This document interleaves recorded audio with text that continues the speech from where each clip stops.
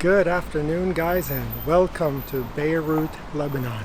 Today we're going to go explore this city. It's going to be my first time checking out this place. Excited to see what it has to offer and excited to share it with you. So I'm actually staying in a place called the Colony, which is actually quite close to where the chemical explosion happened. We're going to start off this vlog from that location, not on the most positive note, but that just happens to be where I'm closest to. I'll show you some background footage of it because it's very loud next to the highway to actually record. The explosion site was very close to a bunch of tall buildings, and so many of those of course got damaged. Quite a few people got killed. There's a lot of investigation going on about it still. This vlog is not going to be focused on that. It's an important event, so it's included at the beginning, but from here on out we're here to see Lebanon, we're here to eat food, see the sights, and yeah, see what Beirut's all about. So let's go check it out. You know that Lebanon is famous for their food, and I keep being told how good the food is here. Where I'm staying, the owner has recommended this place called Le Chef. I'm looking at it right now. So let's see if we can get some food and see what Lebanese food is all about. So here we are. Wow, it looks pretty busy. I'll show you what it looks like from the outside. Alright, let's see if we can get a table. Not gonna lie, I wanted to try everything on the menu, but I've managed to order something. Welcome to Lebanon, welcome! Just coffee. Yeah. Later. So I managed to order something that was called grilled fish and sesame cream sauce. Sounds good. And some oriental moussaka. I don't know if it's big, I don't know if it's small. Everything in here smells so good. I'm glad everyone speaks English.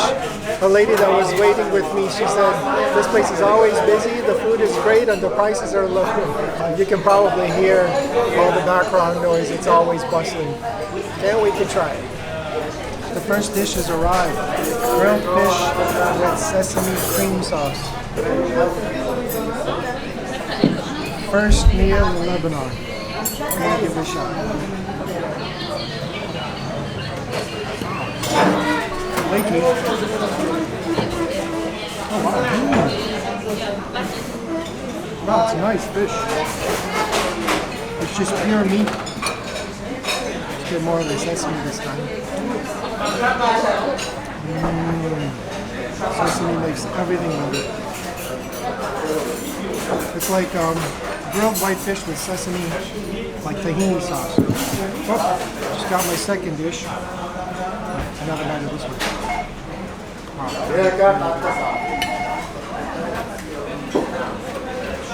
Wow. Oriental moussaka. Oh, that fish is so good. Oh my god. Alright, Lebanon, you're starting off good. You hear that? Alright. So moussaka looks like eggplant. Some chickpeas. We'll start with the eggplant. Ooh, it's nice and warm. Big portion. Really good. Not sure what kind of fish this is, but it's not fishy at all. And very, very nice. Good start for Lebanon. First meal. So the food was really, really good. Didn't spend too much time describing it to you because we've got a plan. We've got a lot to see. See all those hearts on the map? There's a lot to see in Beirut, so that's what we're going to do. So we're going to check out some sites, probably eat some more Beirut in one day. Let's go check it out. That was a great meal. We've got a lot planned for today though. A lot of things to see. The weather in Beirut today is absolutely fantastic. So let's go check out the city. Interesting story about the restaurant. It's actually not that far from where the chemical blast happened. There's one row of buildings here that protected it. However, during the blast it did shut down. And the funny story, or the interesting story, is somehow Russell Crowe decided to donate to help rebuild the restaurant. There's a picture of him on the wall there, on the window, and a nice local gentleman who's lived here for a few generations, hello, says, "Do you know why there's a picture of Russell Crowe?" I was like, "What?" So he explained to me. What a random story. Apparently Russell Crowe himself didn't come eat here. However, maybe a Lebanese acquaintance of him mentioned this very nice restaurant and that there was a fundraiser. And yeah, Russell Crowe gave, I think it was $5,000. I'm not sure. Still, there's a picture of him in there. Very cool story. Super nice people. A lot of English speaking, like a lot of the people that were eating there were speaking English, so I'm not sure if they're foreigners. That would be a lot of foreigners there. But yeah, very nice people, amazing food, super low price. That whole bill was $180,000 for a dish, a side, and a coffee, and $180,000 comes out to like I don't know, like 2, 3, 4, 5, like $7 at a fine restaurant.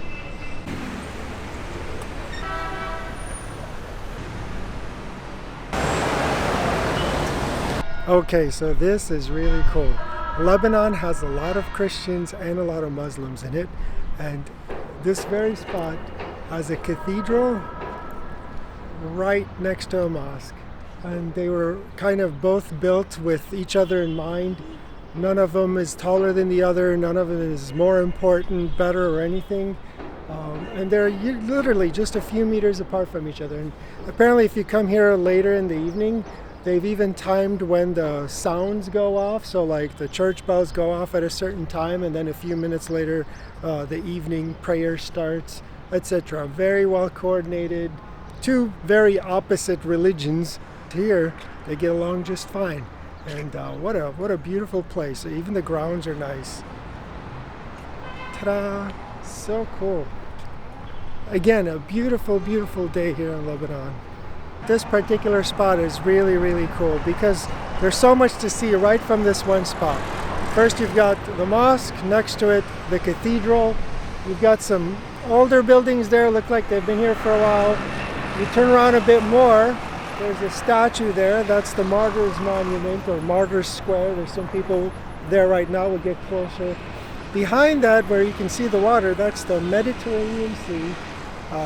Lebanon has a lot of topography. You could see in the back further away there's also a hill with, you know, I don't know what town that is, amazing, and this big interchange with newer buildings, etc. Just from this one spot there's so much to see. It's really cool.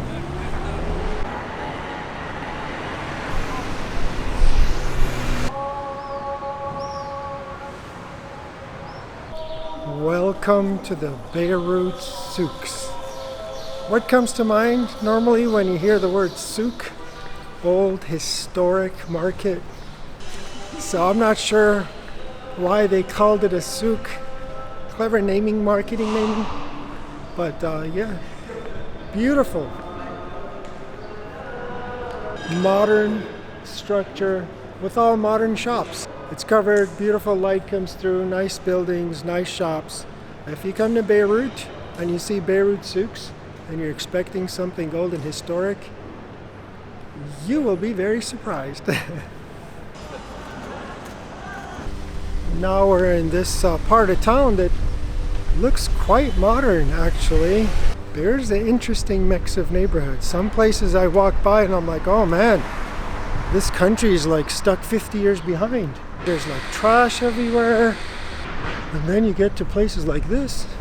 Oh, there's La Perla, people. Modern buildings, new things going up.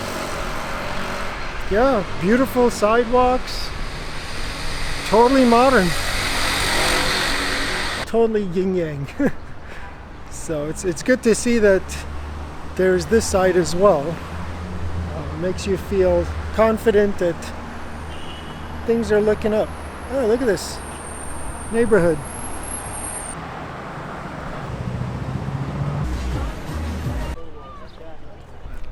Next on our Beirut walking tour is Zaitunay Bay. You can see there's a ton of boats here. I guess more of the wealthier side of town.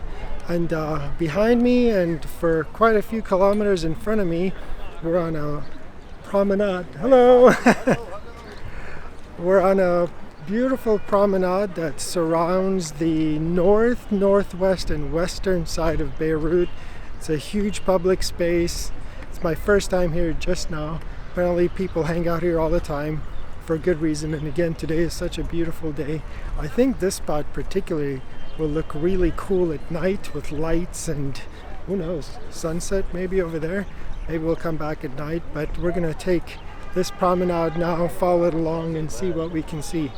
The water here is super calm because it's protected by the bay, but further down there's some rocks and there should be a lot of currents and splashing water. Selfies. Next stop on our completely self-made free walking tour is this hotel, the Holiday Inn, built between 71 and 74. In 1975, there was a civil war known as the Battle of the Hotels, and so thousands of people, 25,000 people were fighting for control over the luxury hotels in Beirut. And the Holiday Inn Express, being like a really big symbol for whoever won, became the center of the battleground. And so they completely destroyed it. More than 1,000 people end up dying here. And that was, back in 1975. And then years later, it became another center of battleground for another conflict. But since 1975, no one's stayed there. It hasn't been operational, and it remains here as a symbol, a rather big symbol with a really actually nice spot real estate point. You can see that the Mediterranean Sea is visible right there, so I can imagine if you were staying here right now all the way at the top, you get a pretty cool view. I'm not sure why no one has purchased it to rebuild it, renovate it, demolish it, build a new one. I'm sure there's a reason. I'm not sure if it's for historic reasons or because there's bureaucracy involved. Either way, very interesting building in a very nice part of town, left as a symbol of how things can go wrong. Hopefully lessons learned. One thing that's really interesting is none of the traffic signals work, but if you watch behind me, there's not too many horns honking or etc. They seem to somehow manage crossing through, just like maybe pedestrians, you know how we cross through each other. But yeah, the traffic signals don't work, but everyone managed to get around just fine. I don't know if that's a cool thing or not cool thing. Who needs traffic signals anyway, you know? But still kind of cool. I stand partially corrected. These lights are flashing yellow. I'm not sure if we would call that functioning street lights, but they're not completely not working, so interpret that as you would like. On our next stop in Beirut, no visit of this city would be complete without a view of these super cool formations, the Pigeon rocks on the west coast of the city. How cool are these things? Oh my god, they are huge. The closer you get, the bigger they look. From far away or in pictures they don't look so big, but amazing. And you can actually take a boat tour that goes right through that hole. Very nice. You can stand here, watch the sun go down, make some fancy long exposure footage. Slow shutter long exposure footage. Really cool. Alright guys, so I'm back in the main part of the city. It's dinner time, and one place that was highly recommended is Barbar. They've got several spots here. There's like a kebab shop, restaurant, shawarma shop, and across the street they've got a sweet shop. But we are here to have what they call a sandwich what we would call a shawarma. You guys got to check out the size of these spits spinning around. Looks like one of them is chicken and the other one is meat. I'm gonna go for the meat. Really popular. It's one of the liveliest places around. So let's go order some shawarma. Got my order, my ticket. One meat shawarma and a bottle of water. I went for beef. Now we hand the ticket over to the guy and shawarma awaits.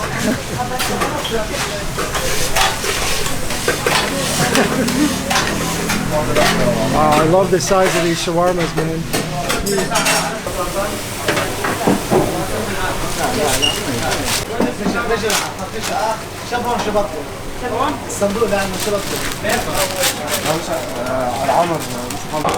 All right, we got our Barbar shawarma. I must say, these are tinier than I'm used to. But what matters is the flavor. Wow, that is tiny. Seriously.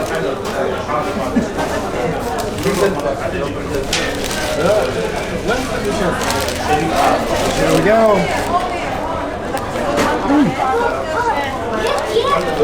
Oh, wow.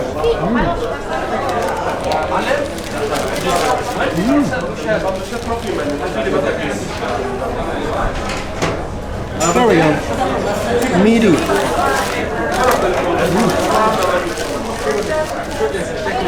So,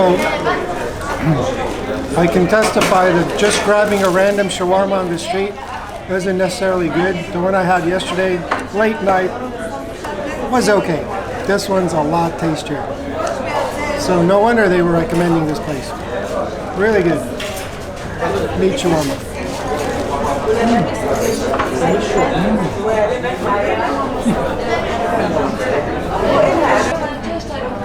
Lots of herbs, onions, tomatoes, some sauce, of course meat. It's really nice. But I'm still surprised on how small these are. The price with a bottle of water comes to just under $4. So pretty cheap. But if you have to eat two of these, then you know, $8 for shawarma. I could easily eat two of these. Very tasty. Alright, I'm gonna finish this up.